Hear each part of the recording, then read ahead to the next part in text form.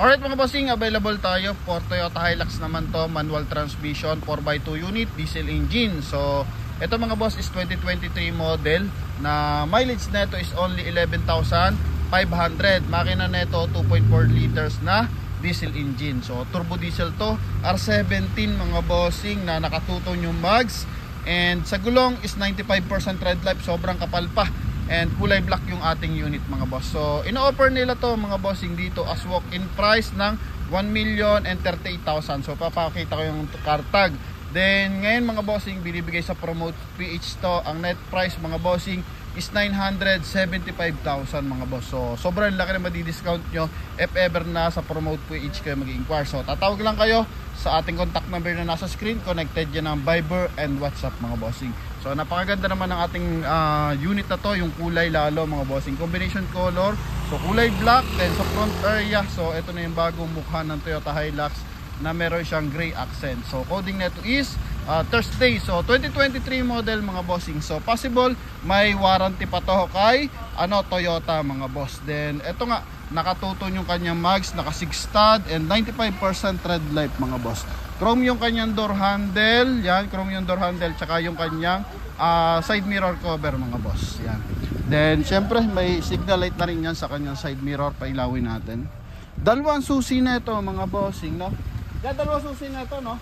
So yan, dalawang susi na ito mga boss. Ito yung kanyang door panel, may silver accent, chrome yung kanyang door opener, power fold, power adjust yung kanyang side mirror mga boss. So kita naman natin yan, no?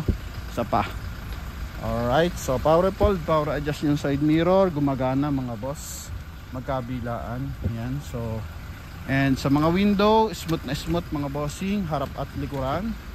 Okay, and syempre ito mga bossing is merong speed limiter, cruise control. Ito yung kanyang steering wheel na merong silver accent. Ito yung kanyang original mileage, 11,548. So galing to ng bangko. Anong bangko to galing niya? May papel na. Galing to ng Toyota Financing or TFS mga boss. And ito is naka 5 speed, 6 speed manual transmission mga boss. Naka 2 din audio system, naka dual airbag.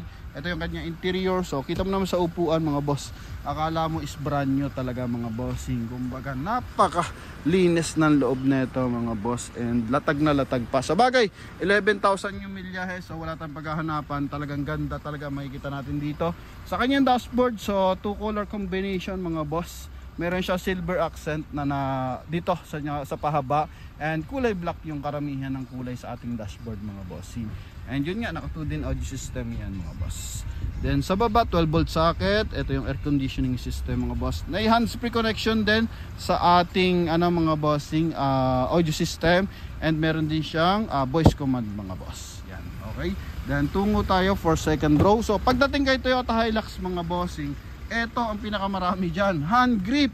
Yan, kita mo yung hand grip niyan mga boss. Oh, sa dalawa, tatlo.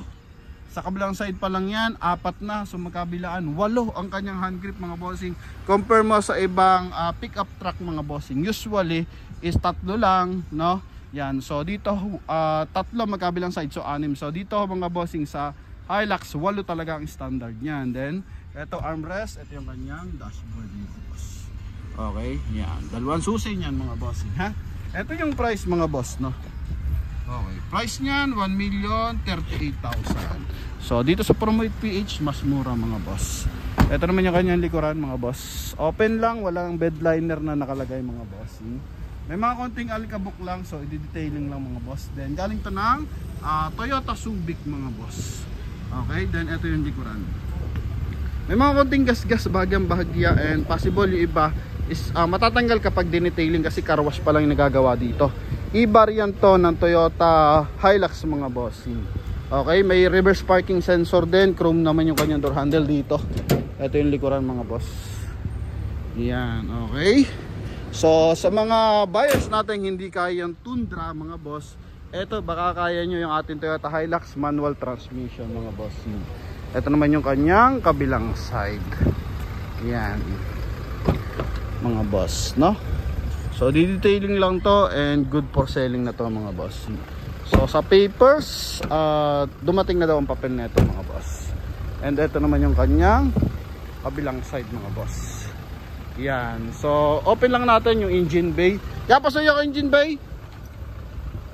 Open ko lang, pangat lang konti. Ito. Yan mga bossing. So, makina, ito 2.4 liters na diesel engine, turbo diesel. So, yan mga boss, stock pa rin yung kanyang mga coolant, no? Pagkakuha nila ng bangko. Ito mga bossing. So, all stock pa rin, pati mga langis. Nilinis na ng bahagya itong ating engine bay, pero as in malinis talaga ito nila nakuha. Yan, okay. So, ito naman yung kanyang final viewing mga boss. Side mga bossing. Ang ating Toyota Hilux. Gwapong gwapo. So, ano nakaraan is may buyer tayo dito. So, kulang lang ng bahagya. 800 kasi pera nila. So, hindi lang nagkatapos kasi kulang sa budget. Pero, ibinigay na sa tawad na yung presyo natin ngayon mga boss. Kaya yung binibigay nating presyo mga bossing is talaga namang sagaran yan mga boss, no? Yan, so hoping makapag-ipon yung ating buyers ng bahagya bago ito ma-dispose. Pero sa ating mga ibang buyers, eto naman, so open for pa rin to, cash transaction mga boss, no? Pwede rin sa trade-in mga bossing basta makinis yung inyong unit. So yun naman mga bossing, thank you very much and God bless you all. Bye bye. So rear wheel drive na 2023 model diesel engine mga boss na Toyota Hilux manual transmission, e-variant. So yun lamang mga boss, thank you very much, God bless.